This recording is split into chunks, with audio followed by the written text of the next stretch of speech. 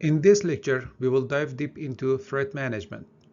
As aspiring cybersecurity leaders, it's not enough to just know these concepts. You need to understand how they work together to build an organization's defenses. In this video, we will explore penetration testing and vulnerability scanning, and then compare how they complement each other.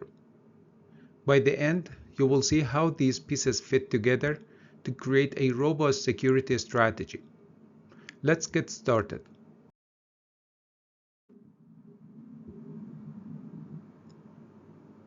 By the end of this video, you will be able to explain penetration testing through its key phases and practical applications. Also, you will be able to differentiate between penetration testing and vulnerability scanning and understand their complementary roles in security programs. And we will also define the essential rules of engagement for conducting effective security tests.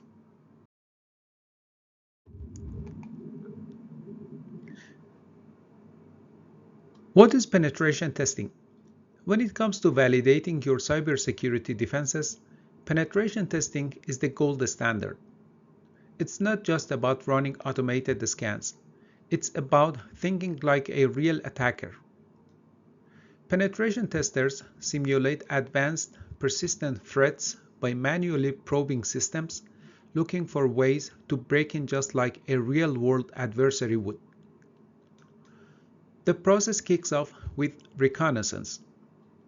This is where testers gather intel about the target, kind of like digital detective work. They use passive techniques like checking DNS records or certificate transparency logs, and active ones like port scanning and service fingerprinting to map out the environment. Then comes the exploitation phase, and this is where things get really interesting. Instead of just spotting vulnerabilities, testers try to actually exploit them. For example, they might find an outdated WordPress plugin and combine that with weak service account permissions to escalate privileges, all the way up to domain admin. This is called attack path analysis, where seemingly minor issues can be chained together to create a serious threat. After that, it's time for post-exploitation. This phase tests how well your system can detect and respond to intrusions. Testers explore persistence techniques and lateral movements, basically how an attacker could stay hidden and move deeper into your network. Finally, all the findings are wrapped up in a report that translates technical jargons into real business impact. It answers the big question: what's the risk, what could it cost, and how can we fix it? To sum it up, penetration testing simulates real-world attacks to uncover vulnerabilities. It requires explicit authorization, that is ethical hacking after all. And the goals are clear: find flaws, assess risk, and strengthen your defenses.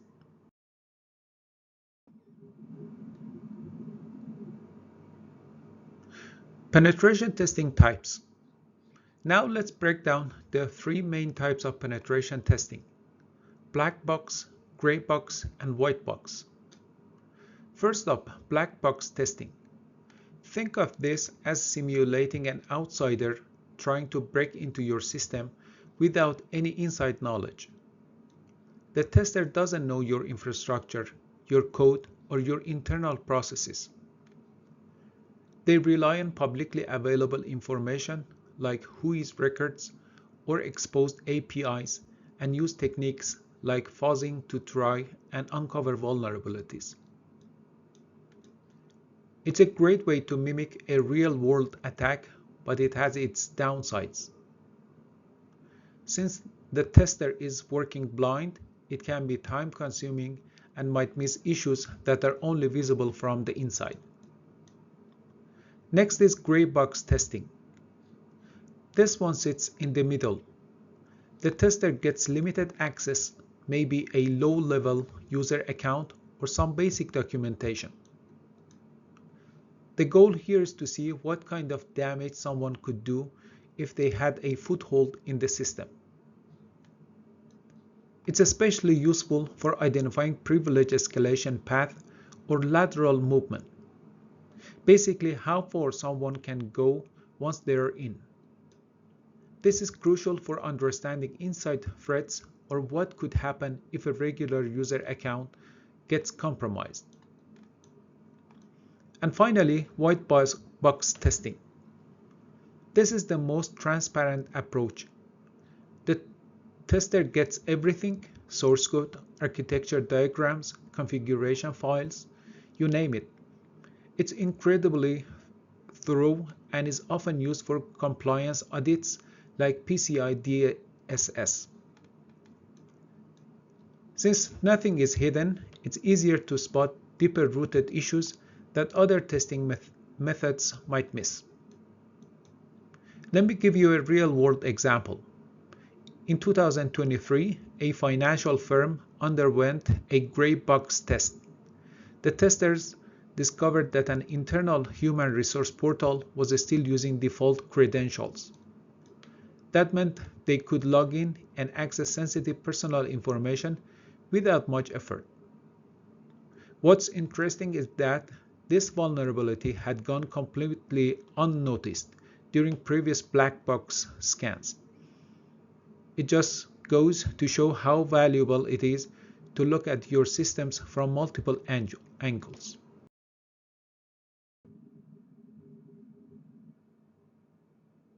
Who should conduct penetration tests? When it comes to penetration testing, the very first question we need to ask is, who should actually conduct these tests? Should it be our own internal employees, or should we bring in external consultants? Both options have their strengths and weaknesses. So let's break them down. Using internal employees has some clear advantages. First, it's cost effective. You're already paying your team, so there is little extra expense. No big invoices from third-party testers. Second, it's faster. No lengthy contracts or onboarding. Your team already knows where to start. And third, it's a great training opportunity. Employees get hands-on experience finding vulnerabilities, which boosts their skill and security awareness. But there are downsides to relying solely on internal testers. The biggest issue, they know too much. Real attackers do not have inside knowledge of your network layout, passwords, or weak spots. So an internal test might miss blind spots a hacker would exploit. Second, skill gaps. Not every employee has advanced certificates like OSCP or the time to mimic a real attacker's method. They might miss deep, complex vulnerabilities. And finally, reluctance.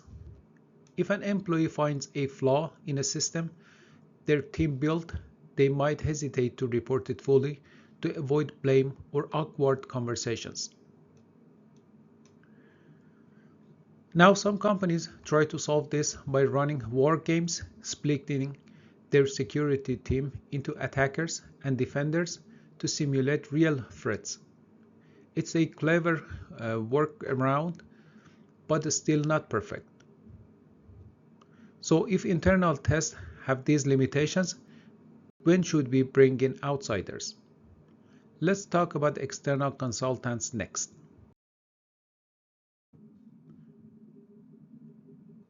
External penetration testers, hired consultants, or specialized firms bring a totally different set of advantages. Let's discuss why you might invest in them. Fresh eyes. They do not know your system, so they will test like real attackers, finding gaps your team might overlook. Deep expertise. They are full-time hackers, often with elite certifications and experience across industries.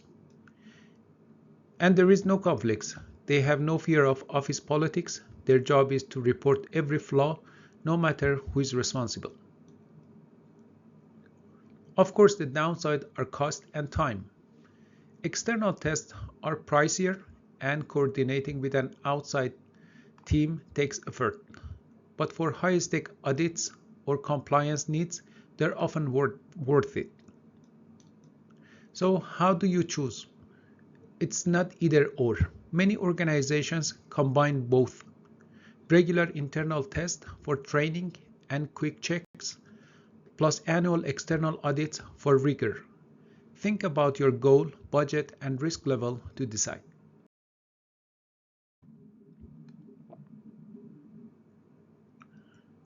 Now let's summarize the trade-offs. Internal testers save money and time, but their knowledge of the system can skew results. External testers bring expertise and objectivity, but at a higher cost and slower pace. The sweet spot is many organizations use internal teams for frequent lightweight tests and bring in external experts for annual audits or compliance needs. Think of it like a gym membership. You train regularly internally, but occasionally hire a pro coach to check your form.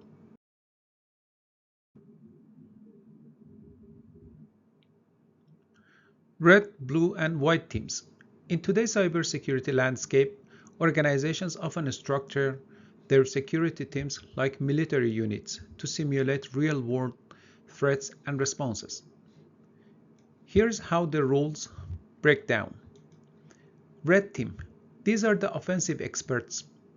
Their job is to think like real attackers by mimicking the tactics, techniques, and procedures used by actual threat actors. They use tools like Cobalt-Strike and Metasploit to simulate breaches and test how well defenses hold up. Blue team. These are the defenders. They work to detect and respond to threats by hunting for indicators of compromise. To do this, they rely on tools like security information and event management, SIEM, such as Splunk and endpoint detection and response solutions. White team. Think of them as the referee. They make sure the rules of engagement are followed during exercises. For example, in a healthcare environment, they ensure that testing doesn't interfere with critical systems like medical devices.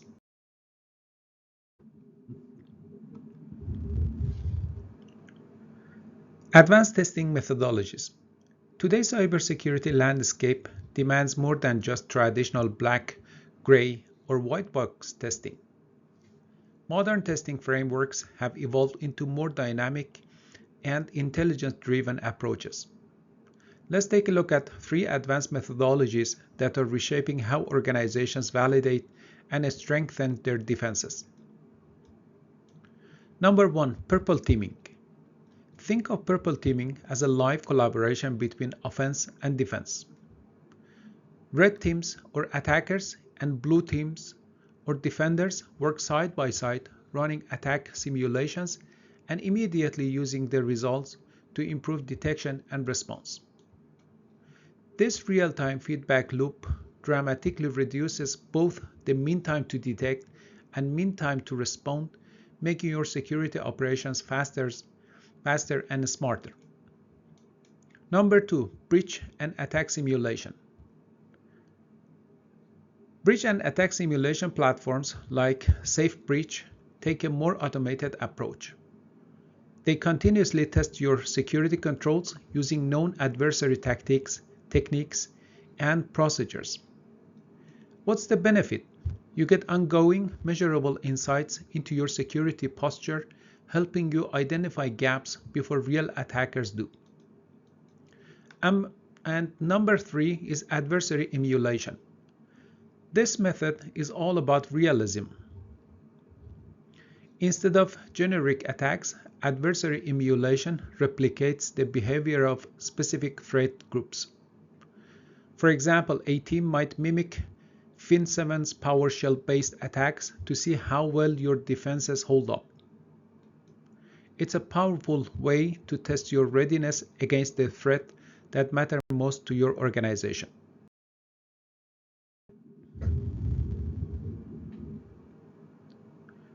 Two phases of successful penetration testing. Performing a truly effective penetration test isn't just about tools or checklists. It's a marathon of persistence. Testers might spend days or even weeks in the reconnaissance phase alone, scraping together every detail about the target, such as outdated software, misconfigured servers, even employee names leaked on social media. Then comes penetration, where patience meets precision. A single unpatched service or weak password could be the key, but finding it might require 100 failed attempts first. And here is the hard truth. Many vulnerabilities only surface after exhausting all obvious paths. That's why great penetration testers treat their work like a hunt. They're prepared to work late, pivot strategies, and document relentlessly, because real attackers won't quit and neither should we.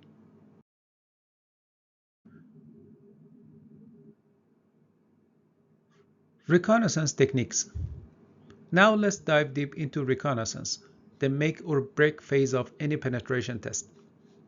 For testers working without full system knowledge, this is where we build our attack surface map through careful footprinting. Active reconnaissance separates the cautious from the thorough. Imagine driving through a business district with a high-gain antenna. That's war driving in action. We are literally hunting for wireless leaks, but we are constrained by roads and walls. Now enter drone technology. With war flying, we can cover an entire corporate campus in minutes, detecting Wi-Fi signals from boardrooms to backyard sheds, places a car could never reach. But there is the professional dilemma. Every packet we send risks alerting the security team.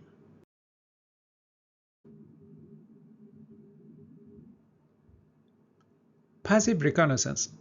Before we throw a single packet at a target, the smartest hackers are already at work, quietly assembling a blueprint of vulnerabilities without ever touching the victim system. This is passive reconnaissance, and it is terrifyingly effective. Let me show you how it is done. We start with OSINT, Open Source Intelligence. This means mining publicly available information that the target has unknowingly exposed.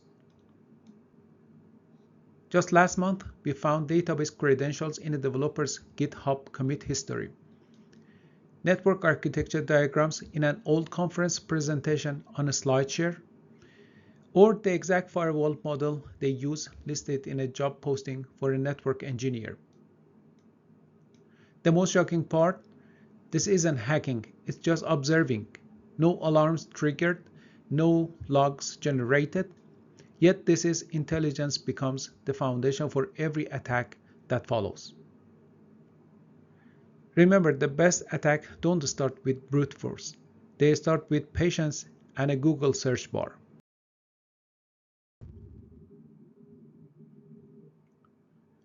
Penetration lifecycle. This is where theory becomes action. Watch closely as we simulate a real attacker's step-by-step approach. Number 1, reconnaissance. We start with that outdated WordPress plugin found during passive reconnaissance, our unlock window into the system.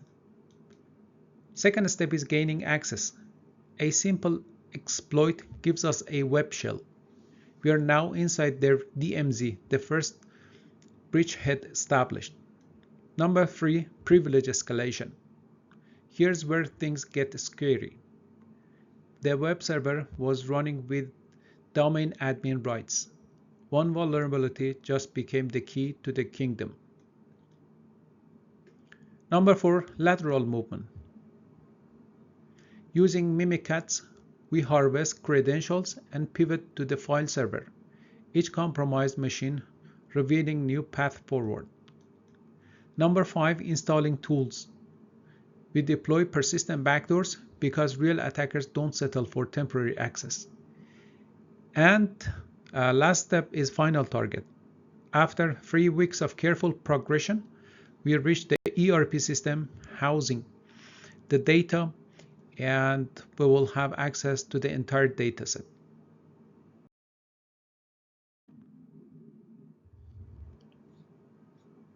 Threat actor mindset. Now, here's the crucial mindset shift that separates effective penetration testers from vulnerability scanners.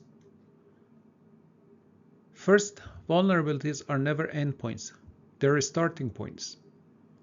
That printer with default credentials, it's not just a printer, it's your gateway to the domain controller. Second, automation has limits. Tools can find vulnerabilities, but only human can connect the dots between a misconfigured system or server. Third, time is your weapon. In one test, we spent 72 hours on a single system before finding the one service account that gave us domain-wide access. So here's my challenge to you. Next time you see a minor finding in a scan report, stop and ask, how could this be weaponized? Where does this path lead? What's the worst case scenario if this was exploited?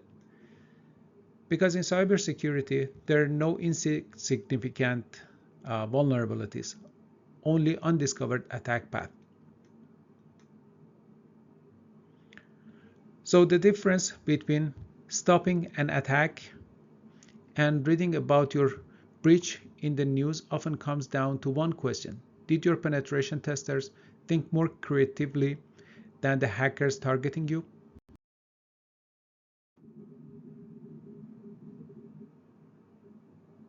Alright, let's talk about something that might sound boring, but is actually super important. Rules of engagement, or ROE for short. They're the playbook that keeps security testing from turning into a full-blown disaster movie. Imagine this. You're a penetration tester. Your job is to break into systems legally to find weaknesses before the bad guys do. That sounds fun, right? But without clear rules, things can get messy fast. Like accidentally shut down a hospital's network during surgery. That's why ROEs exist, to keep things safe, smart, and under control. Let's break it down. Number 1, timing. When can we attack? Timing matters. Daytime tests are great for seeing how real employees react. Do they click that sketchy email?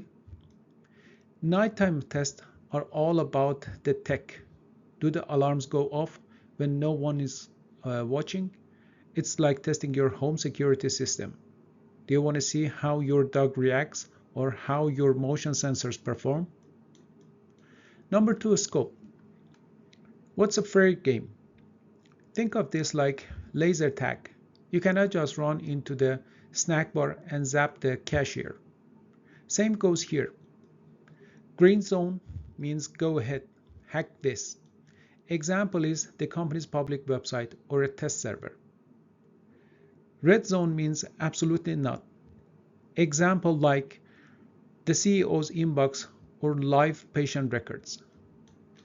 And do not forget the cloud twist. AWS and Azure have their own rules.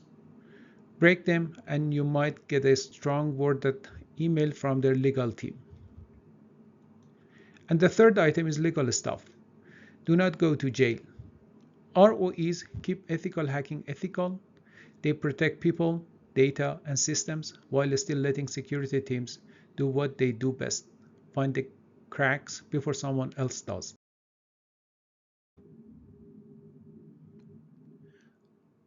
Vulnerability scanning. Think of vulnerability scanning like a regular checkup for your digital environment. Just like a doctor uses a stethoscope to listen for anything unusual, your security team uses tools like Nessus to scan thousands of systems for known issues, things like missing patches, misconfigurations, or exposed services. These tools are incredibly efficient. They automate the process, flagging anything that matches their database of known vulnerabilities. But here's the catch: they only find what they are programmed to look for.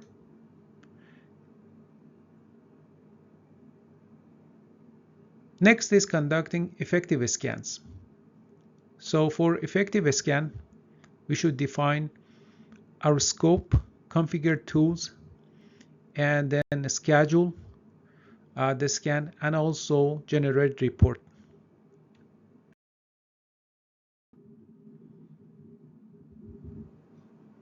Penetration testing versus vulnerability scanning. Imagine vulnerability scanning as a satellite photo of your security landscape. It gives you a broad, high-level view, great for spotting known issues across your environment. Now compare that with penetration testing, which is more like sending in a special force team to probe your defense up close and personal.